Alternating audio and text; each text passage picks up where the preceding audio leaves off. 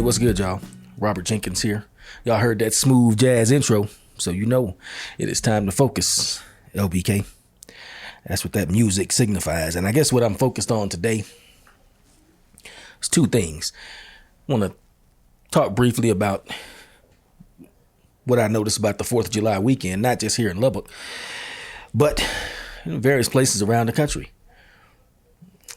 Just seems like there was a lot of wilding out this 4th of July weekend. I also want to talk about an opportunity that I had a couple of weeks ago to go and speak at the Parkway-Sommerville Community Center.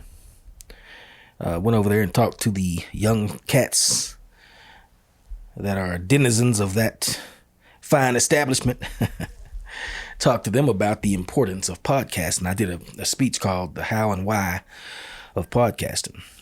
So at the end of my little discussion about the violence that we saw on the 4th of July weekend, I want to talk specifically about, what I'm going to do is just play that speech. I recorded it, and I'm just going to play that talk that I did at the Parkway, Somerville Parkway Community Center.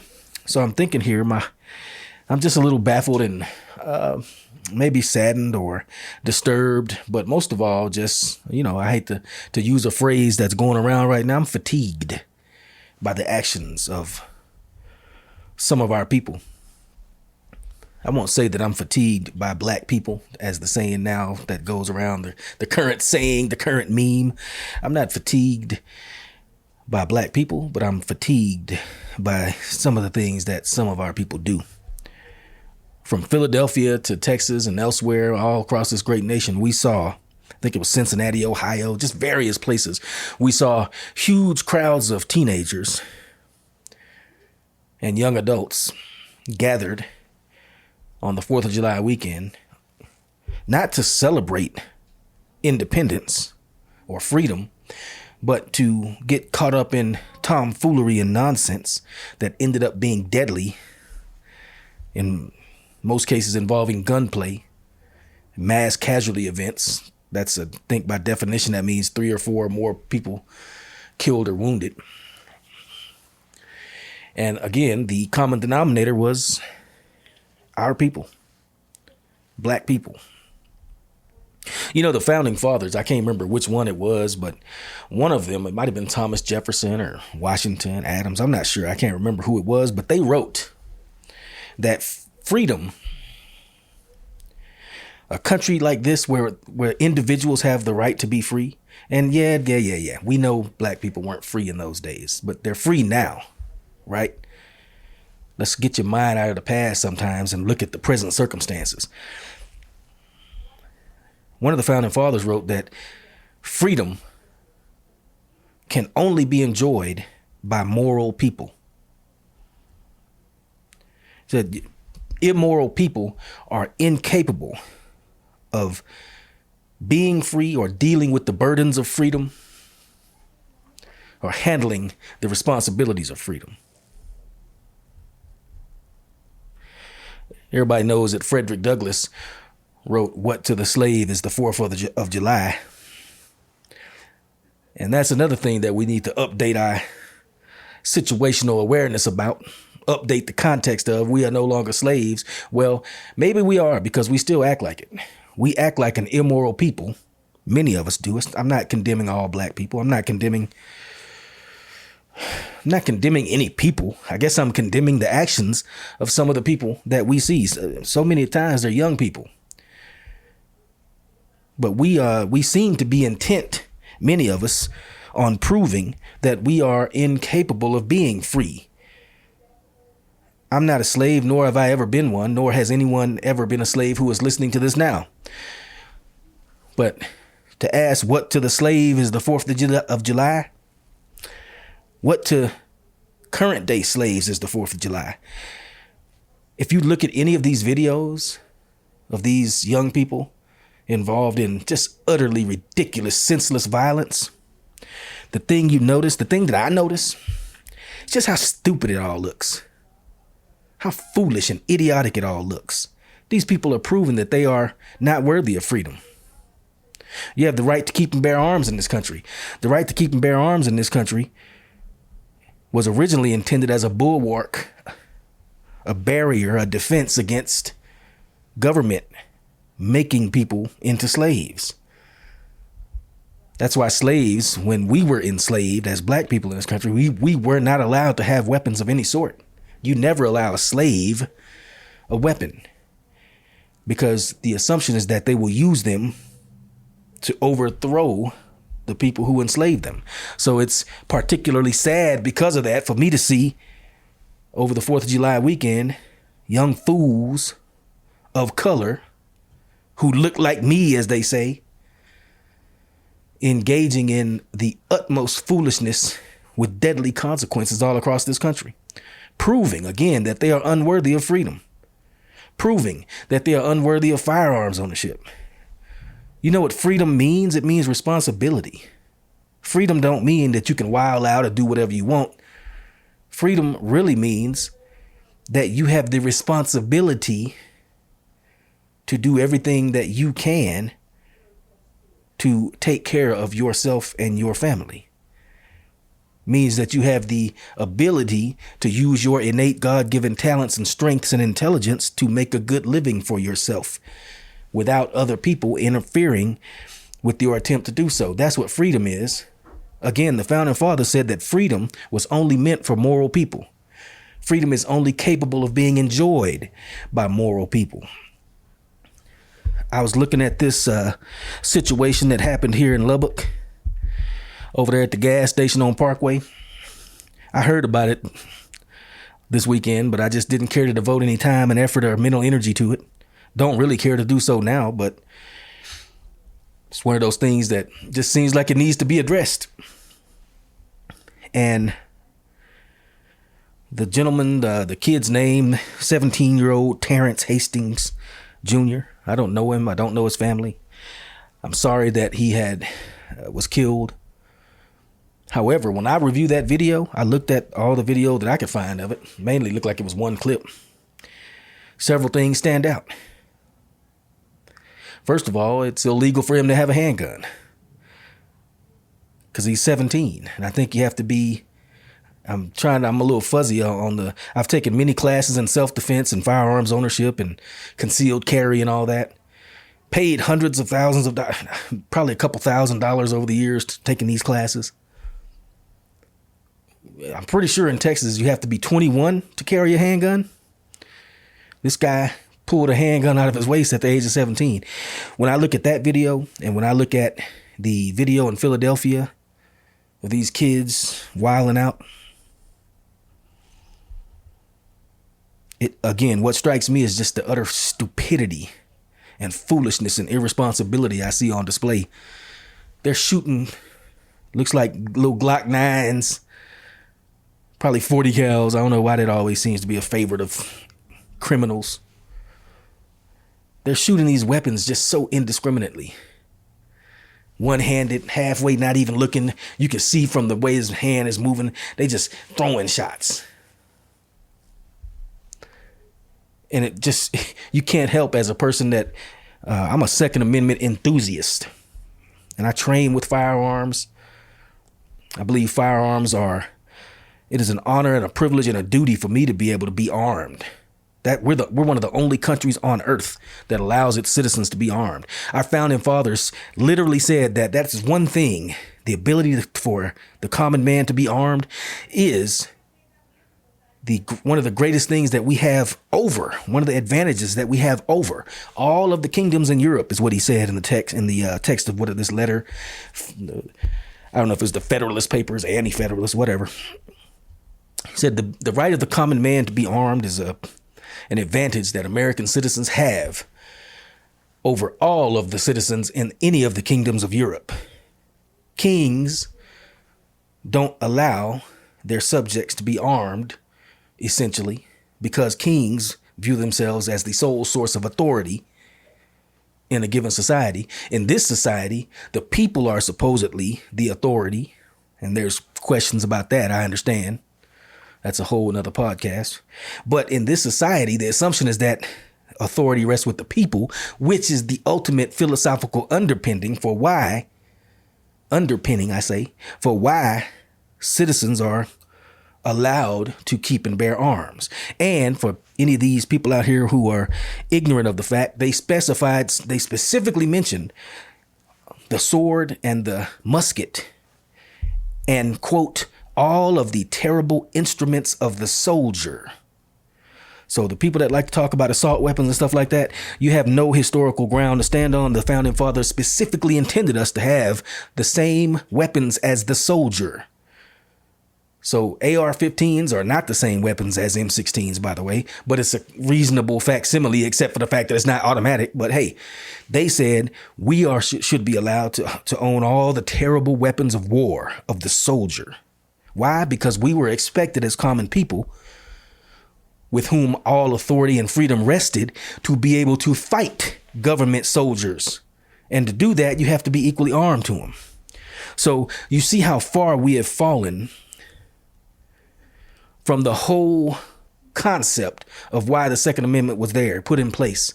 And we didn't have the right to enjoy the Second Amendment when black people were enslaved in this country. We didn't have that right because we were not considered to be full citizens, or really even some would say humans. So you don't give a person who is not a citizen or human, or maybe not even human, the right to keep and bear arms. Also, if they're enslaved, again, you don't let them keep and bear arms because they will do what? Overthrow you.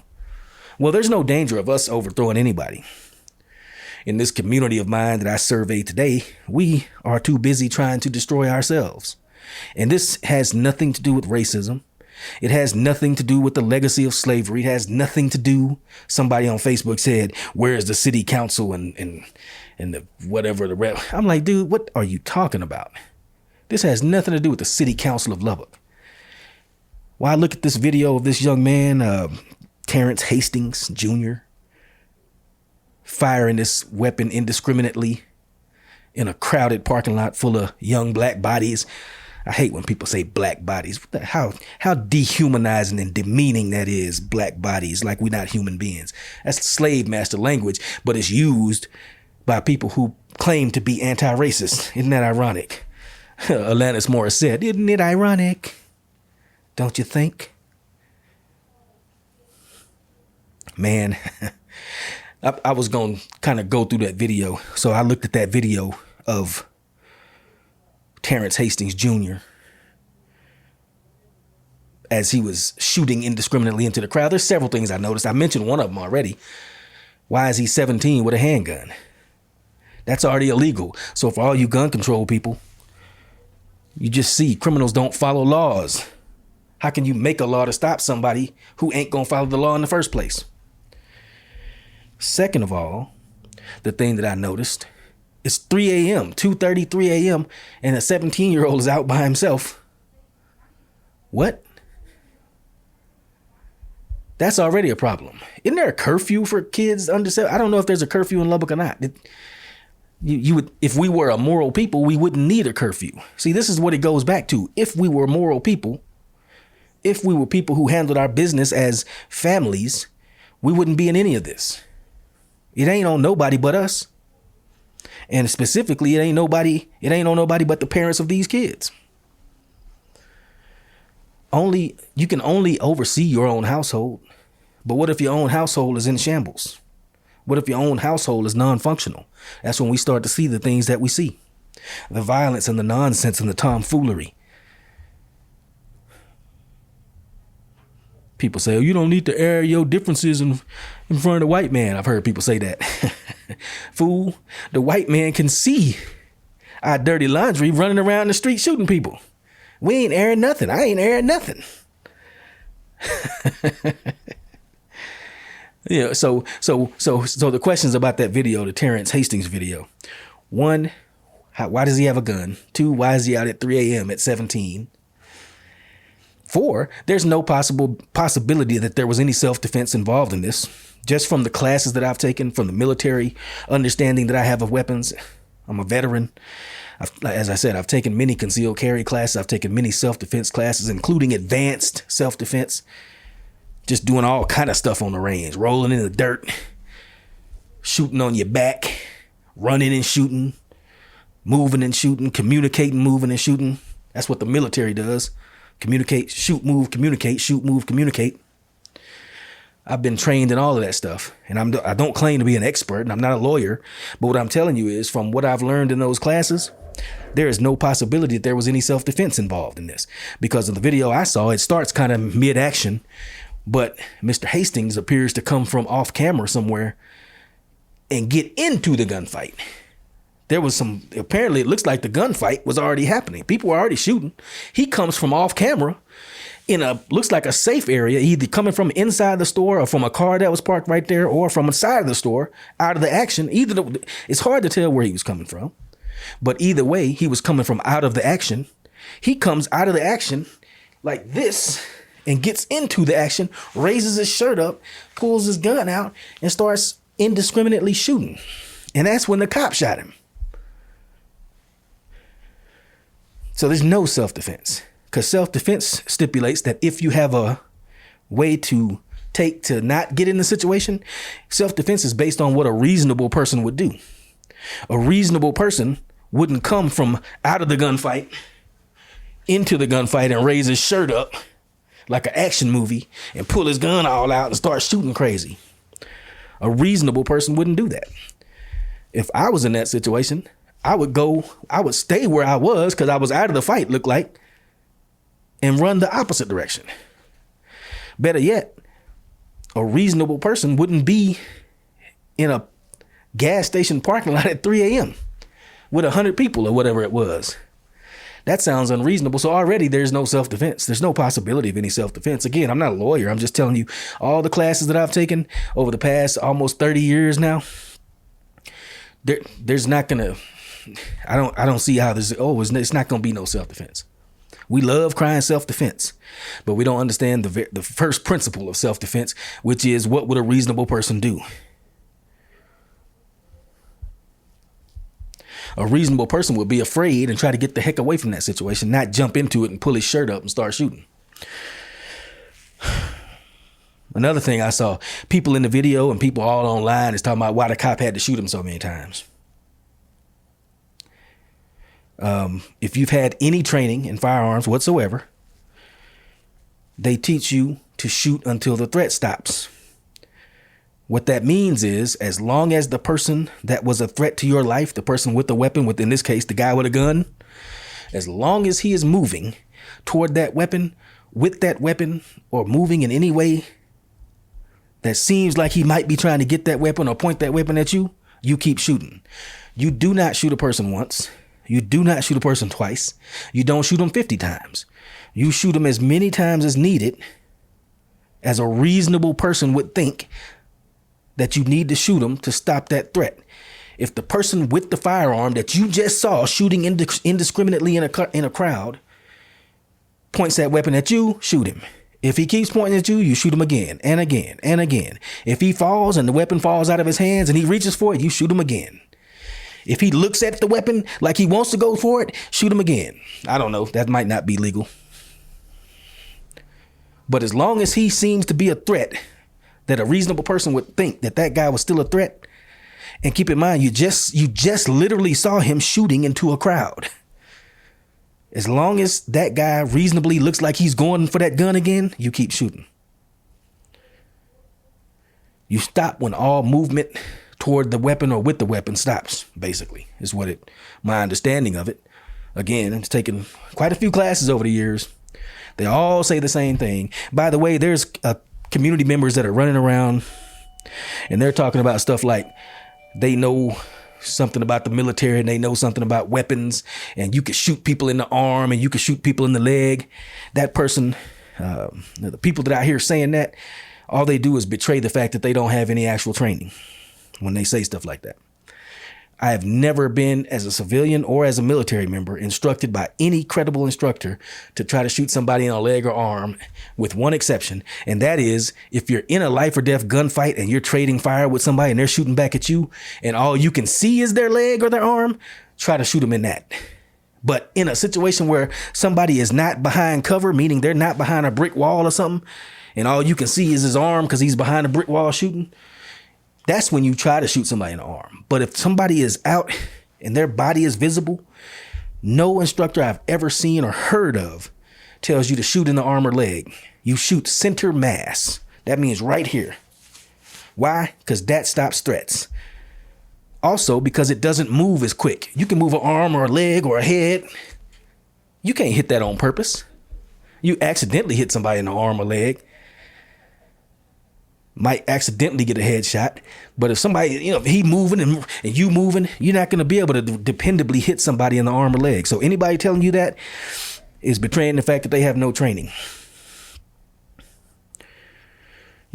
You only shoot for center mass if you are able to see center mass. The only time you shoot for an arm or leg is if that person is taking cover and hiding and all you can see is an arm or leg. But again, that cop who shot him, the young guy, the 17-year-old, I got to open up my electronics. Hastings, Mr. Terrence Hastings Jr. They said it was overkill. Should he have shot so many shots? As long as that cop saw movement toward a weapon, or what he thought was movement toward a weapon, or what seemed to be movement toward a weapon, or what it looked like was pointing at him, or trying to point at him, or thinking about pointing at him, he's under threat. Police are trained and military are trained. If you cannot see hands, you are a threat. Hands kill. That's why the first thing a cop will tell you is, let me see your hands. Get your hands up. When you can see somebody's hands open like that, there is no threat yet. If somebody's hand go somewhere where you can't see it, that's a threat. You probably ought to strongly consider shooting that person if you're in that kind of situation. Y'all are verbally in a verbal altercation, y'all fighting, and he does something like this. My dad used to call it reaching and scratching. If a person that you involved in an altercation with get to reaching and scratching, and you can't see where that hand went, you in deadly trouble. Hands kill. All police and military are trained this way, and you're going to get shot if you don't show that hand. That's why they say, put your hands on the steering wheel. It is training. It is not racism. It is not, they hate black people. They do. It is training. It is firearms training that is widely accepted all around the world. Hands kill. If there's a deadly weapon in the hands, you are under threat. You fear for your life because that person has a visible weapon in their hands. You shoot him. If you can't see his hand, you shoot him. If he appears to be reaching for something, you shoot him. What that means is people that don't want to get shot need to comply and show their hands and not reach for stuff. And if you're going to reach for stuff, this is what I do. If a cop stops me, or if I'm involved with a police officer and he says, let me see your license and registration, for example, I tell him what I'm finna do. I say, all right, I'm going to reach over here in the glove compartment and get it.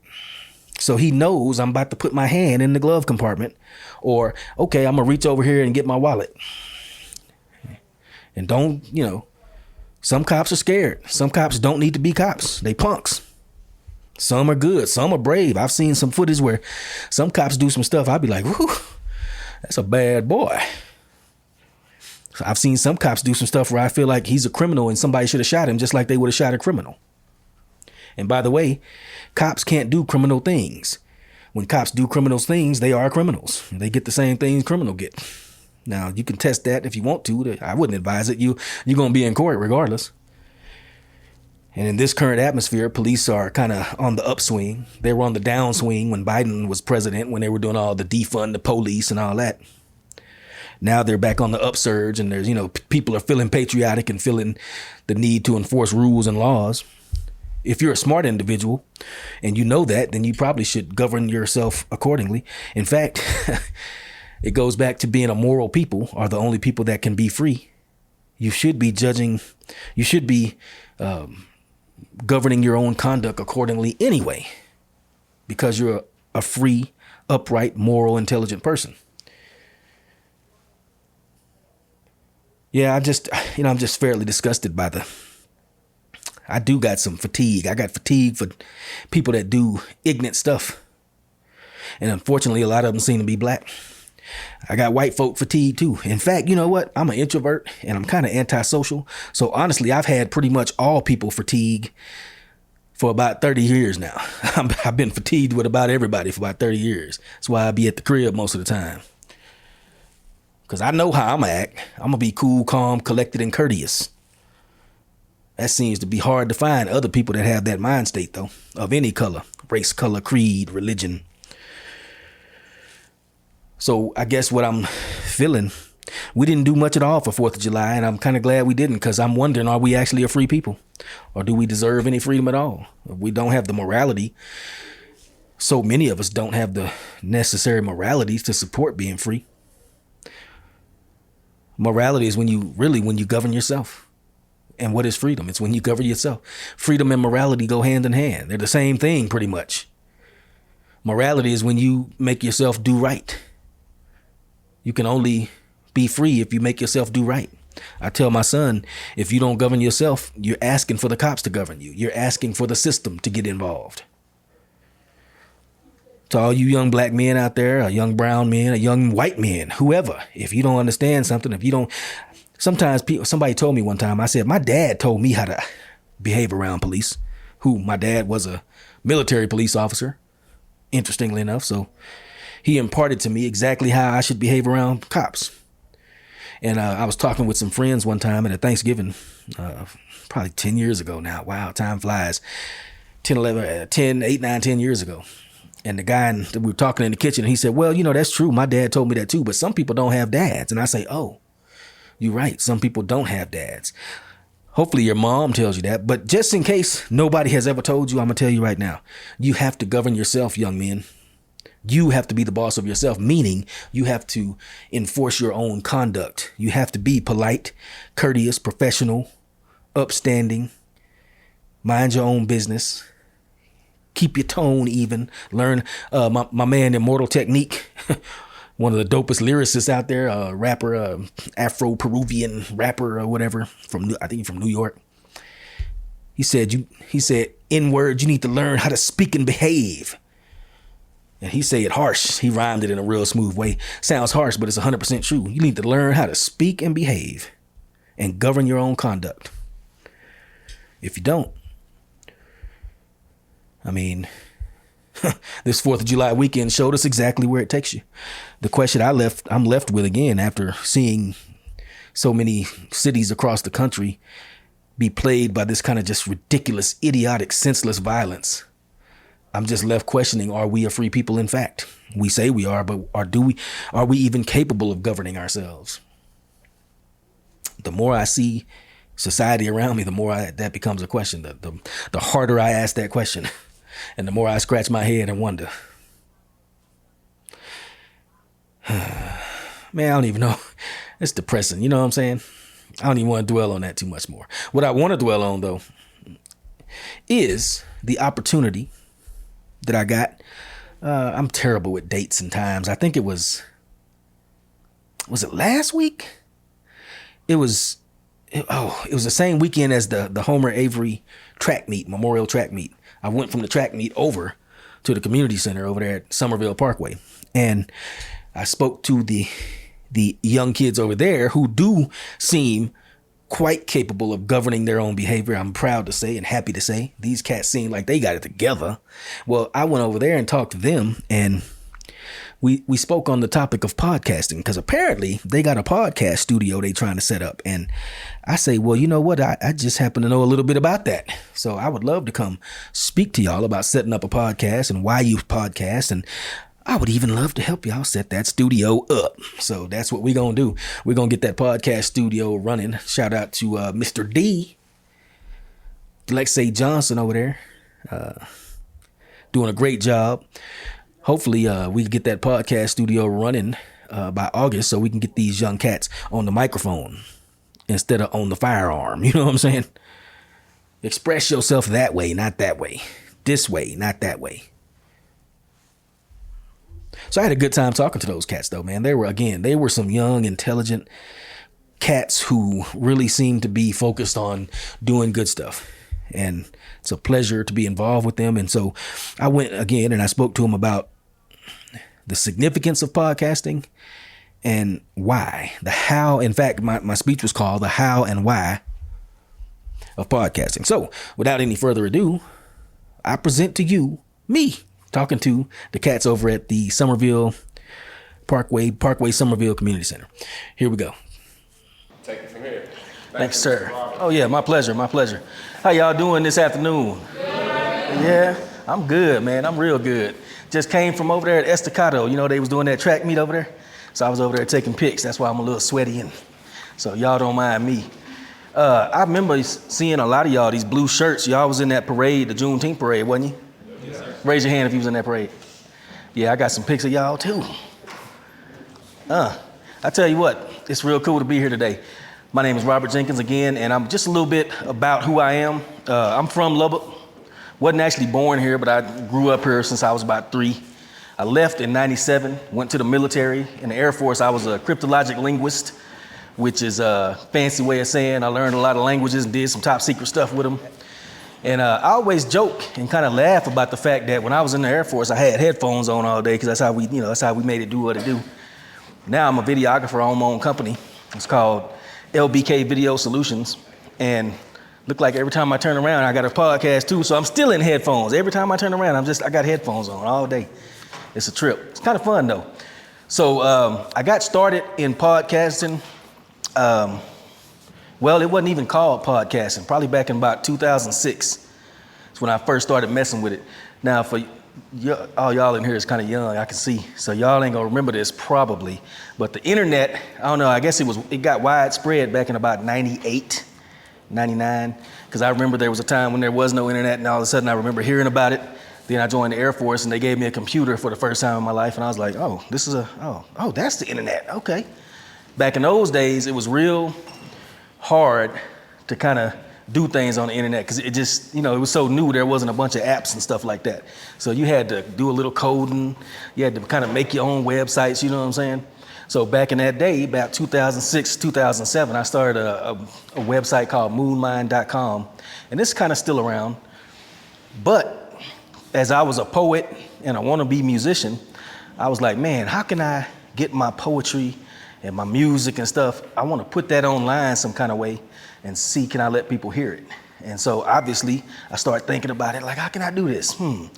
Got myself a little cheap microphone, little cheap drum machine, started making some beats, started putting some lyrics on them and stuff, and started reciting some poetry. And then looked online and got all the little apps that you have to get. You had to make it work yourself. It wasn't just like you just put it on your website. You had to find it, do a code, make it sit on your website, record the stuff, upload it. So that's kind of where I'm coming from in the podcast game. And like I say, it wasn't even called podcasting back in the days. It wasn't called anything. It was called, I don't know what it was called.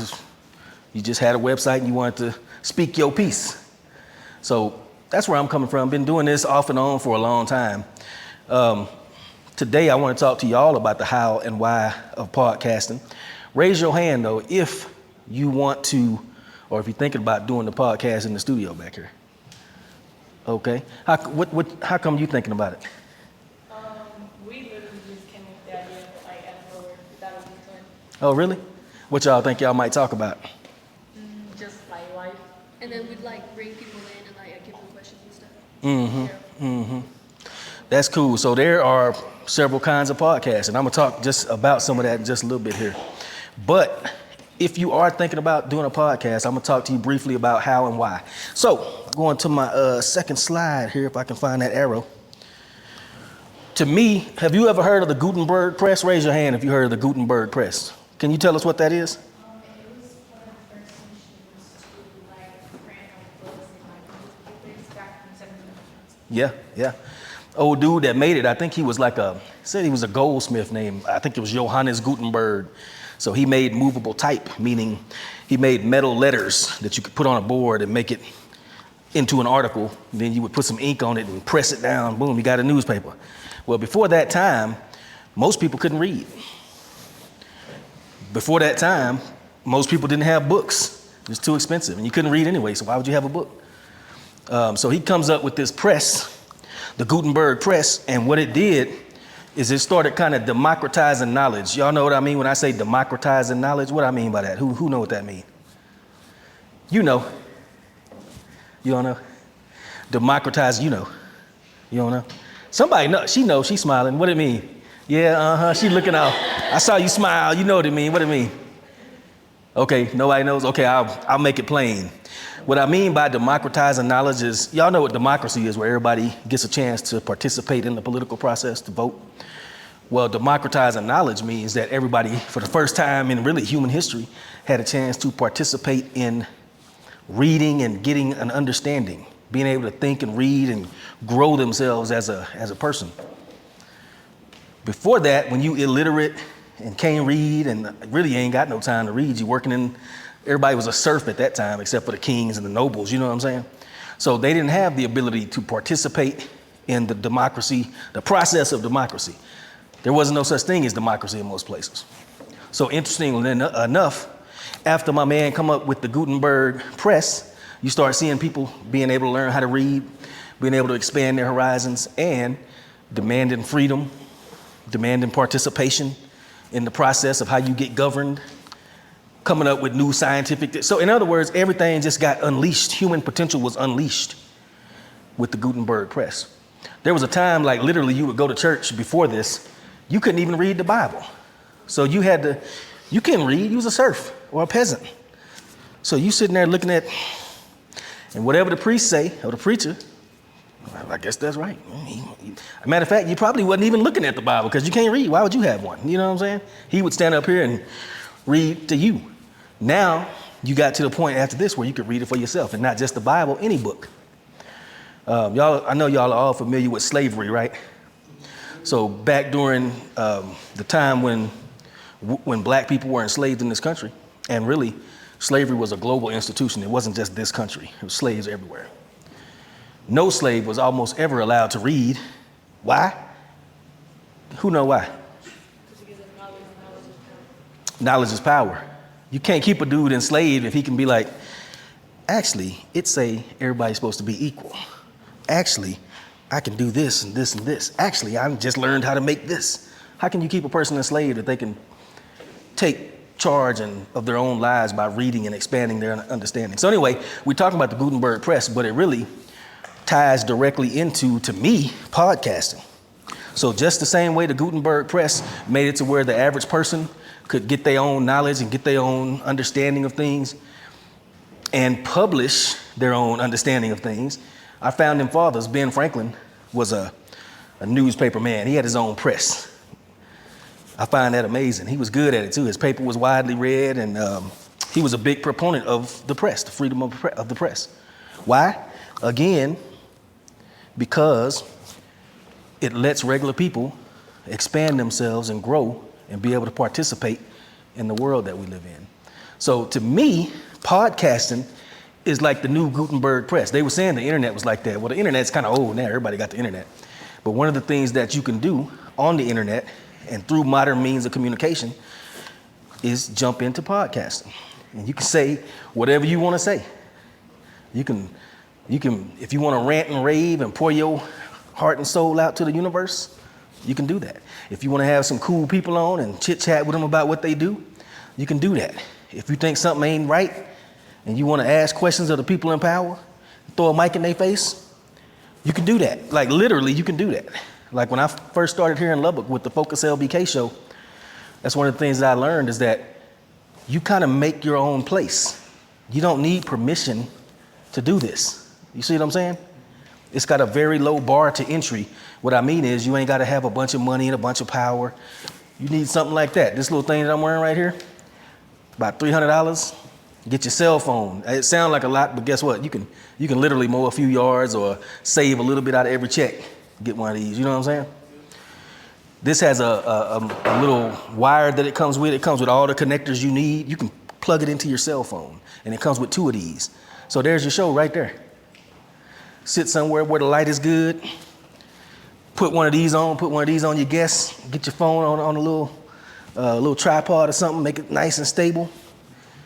Clap. I always clap because that just kind of helps you align the audio when you edit later. Align the audio and video if it gets out of line. But anyway, hit record. Boom. You rolling. You are participating in the spread of knowledge. You are expanding your own self by talking to other people. You are. Benjamin Franklin almost thought of it. I'll get to him later, but he almost thought it was like a special new class of people. You had kings and rulers and presidents and princes and all that. Then you had the press. And the press was just people who were honest and went out there and asked questions, talked to the people. You know what I'm saying? Let's see what we got here. We're talking about the setup and how low the bar is to get started. Like I said, you need that telephone. You laughing at me? Oh, I think you laughing at me. You laughing because my hair was big. That was during COVID. So I didn't have a good haircut at the time. But I just showed you that picture to let you see. That's me in my basement. We used to live up in, when I was still in the military, we used to live up in Virginia. That's like me in my basement chilling, doing a podcast. Now, that podcast is no longer active, and I'm gonna talk about that in a little bit too. But that's all it is. Get you a mic, cell phone camera, hit record. Now, I would make some notes and stuff if I was y'all, so you know what you want to talk about. But that's all you need. Do anybody got a place to record right now? Raise your hand if you got someplace at your crib, at the house, or whatever. Your room. Yeah. Literally, you could be at the kitchen table. That's probably a good place because you might have a window right there. Face that window and let that light hit you. You ready to roll. So you can start real simple, sitting in the basement or whatever, and you could come, if you keep doing it for a while and you like it, your reach starts expanding, get yourself together a studio. So I guess what I'm saying to you is, it can be as complicated as you want it and as professional as you want it, or it could be as simple as you want it to be. You start where you are. Don't be worrying about like, oh, I don't have this, no. Sit at the kitchen table, get you one of these. If you can't get one of these, just use your phone and keep it close so it'll sound good. You know what I'm saying? Not hard at all. You know what's sad too? I was just looking at that. Compared to that other picture, I'm more gray and fatter. Dang, that's just sad. All right, this slide right here has no reason to be here. I just wanted to show y'all that because it's Mr. D looking smooth on there. That's when he was on the show. So when he came on the show a few weeks ago, we talked all about the programs here at Somerville and all about y'all. And when I went to the DST thing that y'all were in, I was super impressed because I talked to some of y'all at my podcast. We did a live show right there. And I was super impressed because everybody was well-spoken, intelligent, knew what they was about, answered the questions. Some of y'all was funny. Some of y'all was sarcastic, you know what I'm saying? But that's how it is. That was cool. I liked it. All right, that's enough for Mr. D. We're going to move on. No, hold on. I'm going to let him stay up there for a little while longer. No. So I talked about the how to do a podcast. And you know what? Let me go back a little bit. Another way, we're talking about how to do a podcast. I think this is the simplest way, this little mic and cell phone combo. But also, you can get a simple, inexpensive, what they call a dynamic microphone and run it into an audio mixer, kind of like what y'all got up there. But they're much cheaper than that setup. You can find them, you could probably find a basic entry-level system for like $250. You know what I'm saying? Again, that's $25 out of every check for a few weeks. Boom, you rolling. You know what I'm saying? Just wanted to say that. So that's the how to podcast. Why do we want a podcast? One of the things that you guys may or may not know is that big media is dead. It's definitely dying if it ain't all the way dead, but I say it's dead. For example, I'll give you a prime example. CNN, raise your hand if you've ever heard, you familiar with CNN? Raise your hand. The news station, this is CNN, blah, blah, blah. It's big, it's fancy, it's on cable everywhere. You see TV ads on it. You think, oh my God, it's CNN. Their primetime show is getting 83,000 views a week. That's in a country of almost 340 million people. That's nothing. I hate to say it this way, but the people that watch CNN or Fox or TV news like that, old folks. 65, sitting there watching TV, eating a TV dinner, I guess. I don't know what they be doing. But it's only 83,000 people. For all the millions and billions of dollars that they have in their budget, they getting 83,000 people a show on their top show. That's terrible. That tells you they're dying. Now, years ago, they was getting millions of views. They was CNN and they was Fox. Now they CNN, Fox, whatever. To put this in perspective right here, they went from they're getting about 83,000 views per week for their best show. Used to get up to 1.5 million. Now check this out. My podcast is on a platform called Substack, and one of the guys that I check out on Substack calls himself the Vigilant Fox. He covers news and stuff like that. Let me see. His 30-day views, 1,001,304. So this dude is busting a million views per week or per month. Big old CNN with millions of dollars is busting 83,000 views. So they getting whooped. Matter of fact, they getting disgraced. Because this dude probably ain't got no money. He probably like me. I'm just a guy, you know. So that's why I think it's a great time to get into podcasting. It has matured now. So back in the day, hardly anybody was podcasting when I first started. Now everybody and their mama got a podcast and they dog too. And that's cool. That just means there's a lot of fluff out there. It's a lot of shows, a lot of, people talking nonsense. But there's a lot of good stuff out there. That's the way it is. It's competition. So the why of podcasting is because now is the time for your voice. You know what I'm saying? Now is the time where regular people can use their microphone, kind of like the Gutenberg press, and throw that knowledge out there, throw that entertainment out there, whatever you like to talk about. And that's an interesting thing too. When you're doing a podcast, what I'm discovering slowly, you need to niche down. Anybody know what I mean by that? You know what I mean? So you can have a broad subject matter. You probably won't get as many people as if you narrow it way down and talk about a specific thing or two.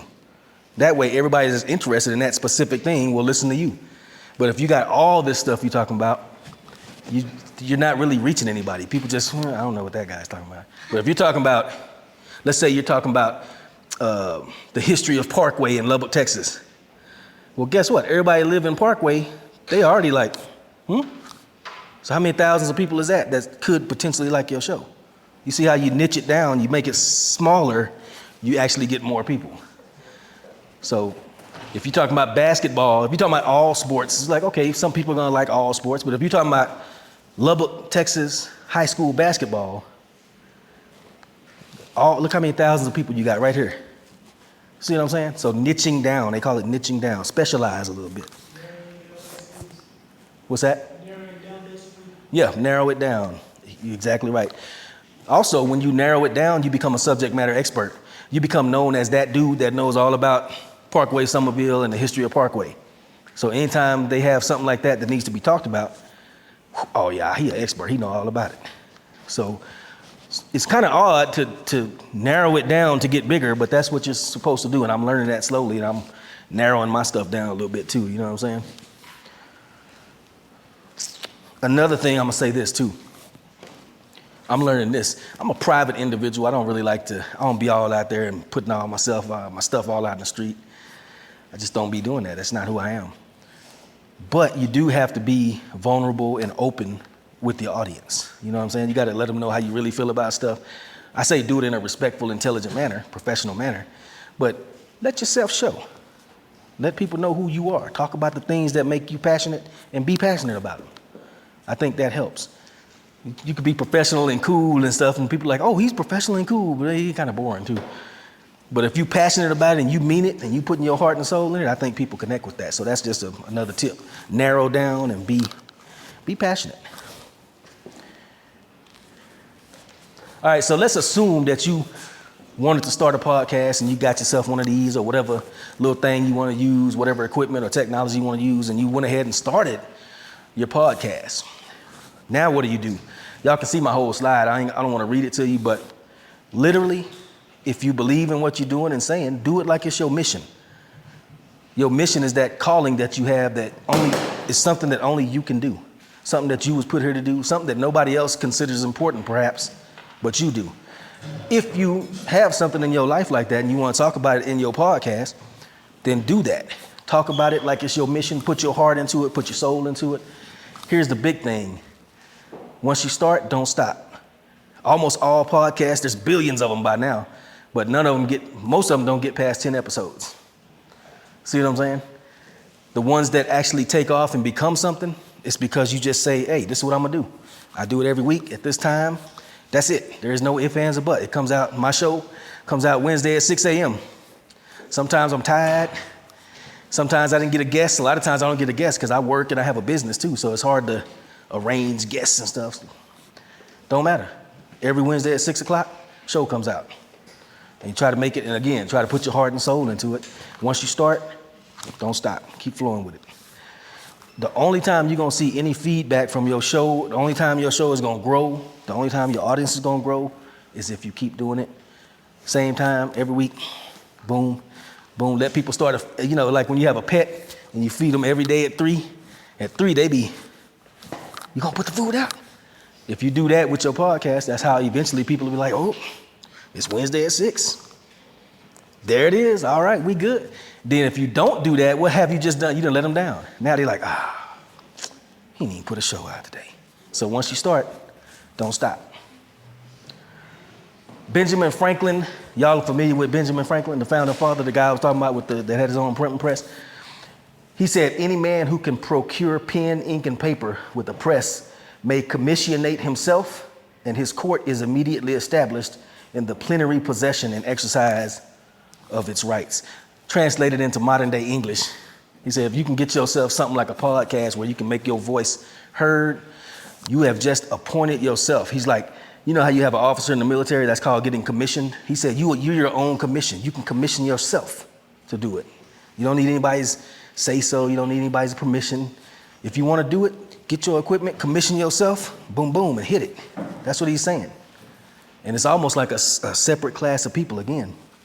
So when it comes to podcasting, I guess the point of it is expressing yourself. We live in a country, actually it's one of the few countries on the planet, believe it or not, where you are allowed to say what you feel.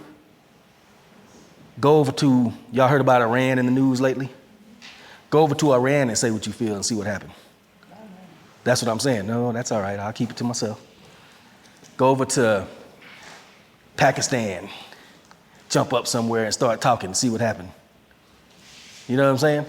Here in America, they're going to get mad at you and they're going to call you names. And they're going to try to cancel you and, oh, he's a racist and he's a whatever, But, I mean, they ain't going to kill you. They can't do nothing to you. You know what I'm saying? So we actually have a privilege and the possibility in this country of doing something that actually, even in places like England, you think England is like, oh, it's like the United States, it's free. No, they have laws in England now where if you get up and let's say you go on Facebook and say, I disagree with the way Keir Starmer, their prime minister, their president, he a punk, and I don't like the way he doing this, and there's too many Muslims over here because they have a huge influx of Muslims. You can actually go to jail for that. In England, police will come to your door and be like, boom, boom, boom, boom. Hey, I saw your Facebook post. And you're gonna be like, good, did you like it? No. You know what I'm saying? That's crazy. This is supposed to be England. Anyway, I'm yapping and rambling, but the point I'm making is you have the ability in this country to speak your mind, and you have a low barrier to entry, a low bar. It's not expensive, it's not hard to get started. If y'all are interested, I would encourage y'all to consider podcasting. And as Mr. D say, y'all have a podcast studio that should be ready around August, I think he said. So, dude, you have no excuse not to express yourself. Y'all remember that song? No excuse. Now, I'll open the floor up. Anybody have any questions, comments, concerns?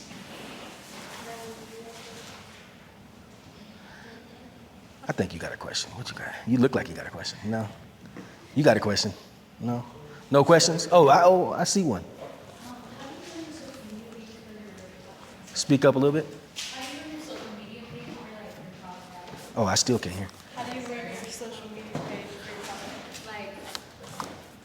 How do they go ahead? Okay, so she asked, how do I run my social media for my podcast? And that's a great question. So I suck at social media. I'm of that, y'all can see I'm of that generation where we like, social media. I don't know. So I try. I do have Facebook. I do have Instagram. Don't really use them as much as I should. But the way I publicize my podcast, so I'm on a platform called Substack. And on Substack, I like it because they make it so easy for you. Let's say you got your phone, you got your little microphones, you're hooking it up, you're at the kitchen table. You can literally go on Substack from your phone, upload it right there.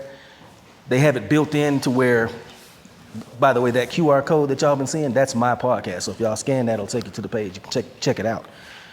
You scan that, you go to it, you can monetize it, you can charge people $5 a month, whatever you want to charge. You can make it free. Right there in Substack, you can connect your whatever other social media accounts you have. What you got? What accounts you have? I have a neuroscience podcast. Oh, really? Yeah, but Well, shoot, let me sit down and you come talk. She got a neuroscience podcast. but I feel like our social media page is very boring compared to the podcast. Mhm. So I was asking for advice on how to make that better. Yeah. Just we have a good amount of followers. I just feel like we're not consistent with our posts. So one way to attract people's attention is, y'all have seen this too. Find a real interesting part of the show and do like a 30-second clip of that and throw that out on all your social media. Preferably the controversial part or the, ooh, no she didn't part, or the, ooh, you heard what he said? Take that little 30 seconds or whatever and have that go out on your social media pages. Word of mouth. Tell people. When I walk around, I show people my phone. I got the QR code. I be like, boom, I do a podcast on so-and-so. Here, I'd be walking through the crowd, just, you know what I'm saying? Old fashioned. So get the controversial or the interesting parts of your show, the eyebrow raising parts, clip those out, send those to your social media, old fashioned word of mouth. Also on Substack, like I said, it's an all-in-one thing. Once you get your show up there, you can send it out to Apple Podcasts, Spotify, all that. And then it just, like you say, it becomes your part then to throw it out to the, kind of like casting your net, throw it out there. And that's something I'm still learning on right there. I would like to have some young person that's savvy with all this social media stuff to be like, nah, what you need to do is this. Because half the time I go to it and look at it and be like, I don't even know what that is. TikTok, okay. So hopefully that answers your question. We got any more questions, comments, concerns? Did somebody else over there have a question? No? All right, going once, going twice, and we out. Thank y'all for listening, and it was a pleasure to come talk to you. Appreciate it.